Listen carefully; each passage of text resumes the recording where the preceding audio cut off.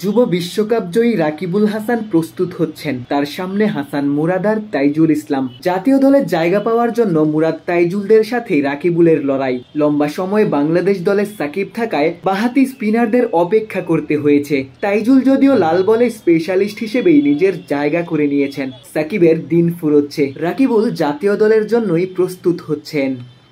দেখেন, বাংলাদেশ দলে সুযোগ পাবো, আমার ইচ্ছা আছে বাংলাদেশ দলের হয়ে অনেকদিন খেলা এবং হয়তো মেজর ট্রফি জিতার, এটা আমার আলটিমেট গোল। সো চেষ্টা করতেছি নিজেকে কীভাবে আরও ভালো, আরও অনেক অনেক অনেক বেশি ভালো করা যায় স্কিল ওয়াইজ, তাহলে হয়তো আমি ওইখানে গিয়ে আমার যেই গোল আছে সেটা আমি পূরণ করতে পারবো।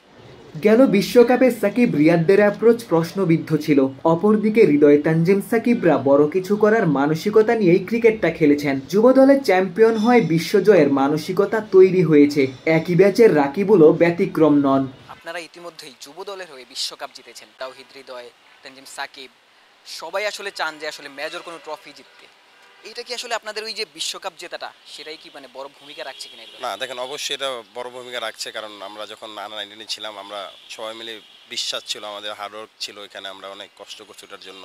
যখন আমরা জিততে পারছি তখন আমাদের সবার মধ্যে বিশ্বাসটা ছিল যে আমরা যখন উপরের লেভেলে খেলবো বা সিনিয়র ক্রিকেটারদের সাথে খেলবো, ইন্টারন্যাশনাল লেভেলকে খেলবো, ওইখানেও যদি আমরা সঠিকভাবে নিজের স্কিল শো করতে পারি, মেন্টালিটি ওরকম রাখতে পারি, এনিথিং ক্যান পসিবল। ওইখানেও গিয়ে আমরা বড় ট্রফি জেতার যোগ্যতা রাখি বা স্বপ্ন দেখতেই পারি।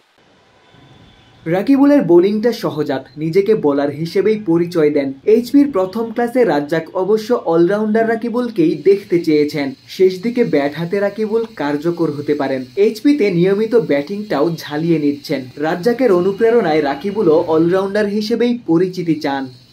না, দেখেন, আমি সবসময় বিশ্বাস করি আমি বোলিং পাশাপাশি লোয়ার ডাউন দ্য অর্ডার আমি ভালো ব্যাটিং করার যোগ্যতা রাখি, এটা আমি আমার মধ্যে সবসময় বিশ্বাস রাখি।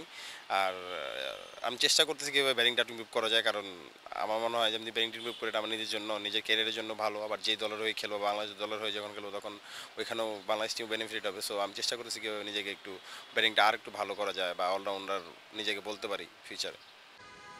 সাকিব যেমন সহজাত বোলিংয়ের সাথে ব্যাটিংটা কষ্ট করে শিখেছেন, রাকিবুলও চেষ্টা করছেন সাকিবের মতোই জাতীয় দলে লম্বা সময় খেলতে চান। বড় মানসিকতার জোরেই মেজর কোনো ট্রফি জিততে চান। গোলাম সারোয়ার, ক্রিকেট 97।